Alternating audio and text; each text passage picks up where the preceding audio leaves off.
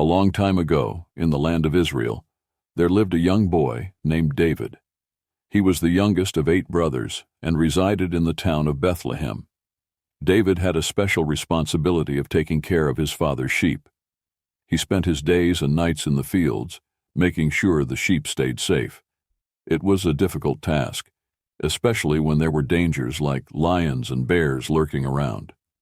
However, David was brave and fought off these threats with only his staff and sling, protecting his flock.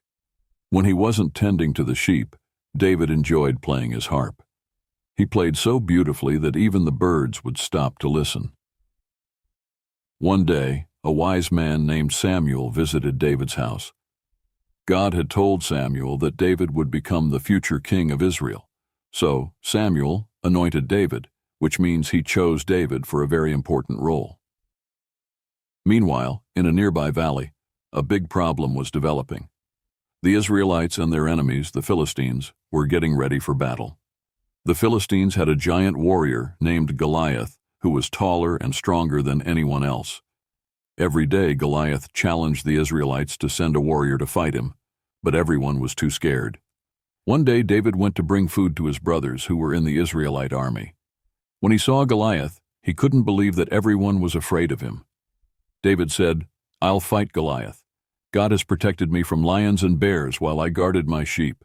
He will protect me now." The king gave David armor, but it was too heavy for him. So David decided to use only his sling and some stones.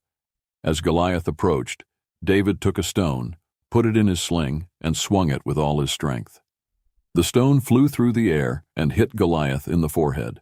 Goliath fell to the ground, and David emerged victorious.